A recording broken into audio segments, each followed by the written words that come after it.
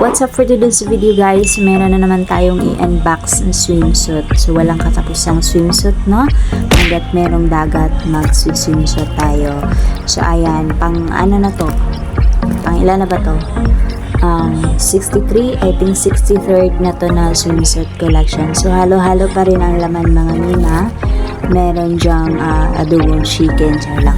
Meron dyang 1 piece, 2 piece, and 3 piece, at saka meron din mga yung mga kabugerang swimsuit. So halo-halo po yan as usual mga mina.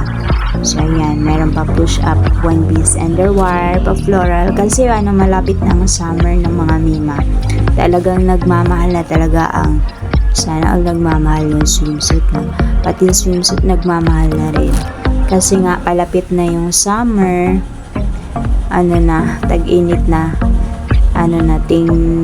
ting ligo na ba, ting pabugnaw na mga mima, kay mainit ang panahon dito sa Pilipinas. So ayan, meron din tayong dyan, ang maxi na 3-in-1 na paano siya, tawag doon, yung pa-flare pants pa mga mima, ganyan. Tapos meron din tayong mga high waist na swimsuit, kasi yung iba ayaw yung mga daring, ayaw yung mga pabikini cut talaga na high cut, kasi nga gusto nila yung natatago yung puson, ayaw nila yung nare-reveal yung katotohanan. So ayan, tingnan nyo, ang ganda ng sunflower, no? Ang ganda ng sunflower. Pet ko talaga yung mga sunflower print. Kinukuha ko talaga pag merong stock na ganyan. So ayan, dati natatandaan ko pa ba mga mima, umorder ako ng swimsuit. Ang tsatsaka ng mga design, yung unang, siguro kung nakaabot kayo sa kung nakasubaybay kayo sa akin, noon yung pinsak pa ba yun?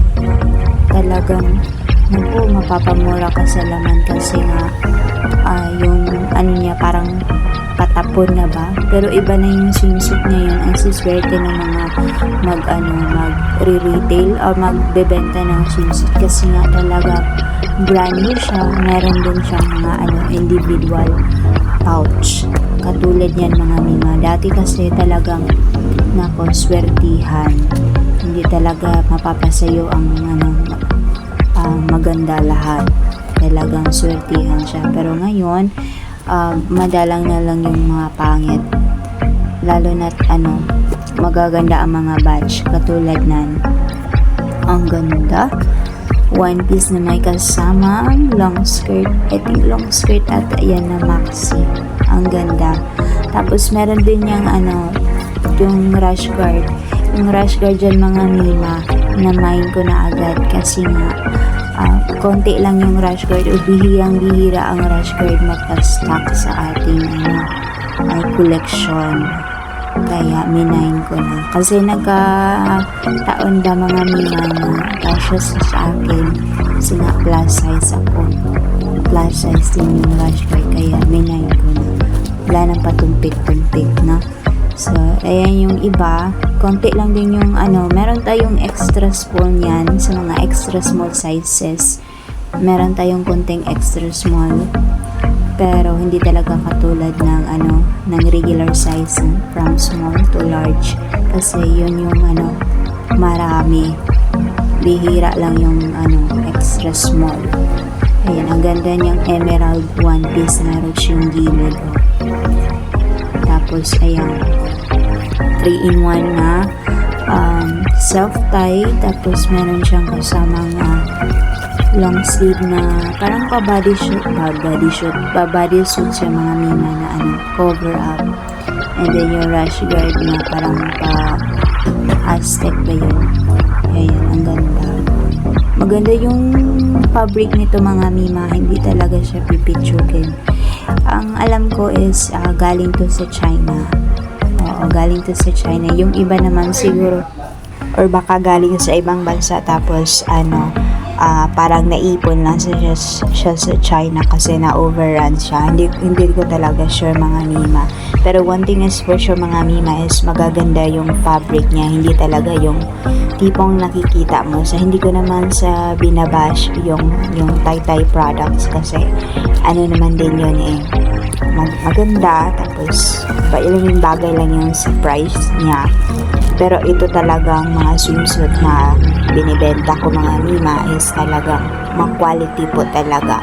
Talagang makikita mo sa mall and sa online shop ng mga Shein, mga Lovito, mga ganyan.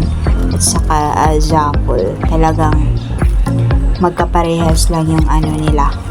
Quality. Magaganda. So, ayan na yung nadikwat ko na rash guard mga Mima. Ang ganda. Tapos, meron ding ibang rash guard dyan mga Mima. Hindi ko na minain kasi hindi naman kasya sa akin maliliit. Ang ganda niyang yan, 3-in-1 na floral ba yun? Ang ganda nun. Sayang talaga, hindi talaga ako makapagsuot ng mga kapugera may mga 3-in-1 in one piece masyado kasi nga yung katawan natin hindi sumasang-ayon, hindi nagko-cooperate. Mukha akong balyena, nagmukha akong iwan pag sinusuot ko yan. So ayan lang mga Mima ang ating collection. Abangan nyo yan sa ating Facebook page na Swimsuit Collection by Maria Kendall. Ipopost natin yan next week for March collection. Thanks for watching.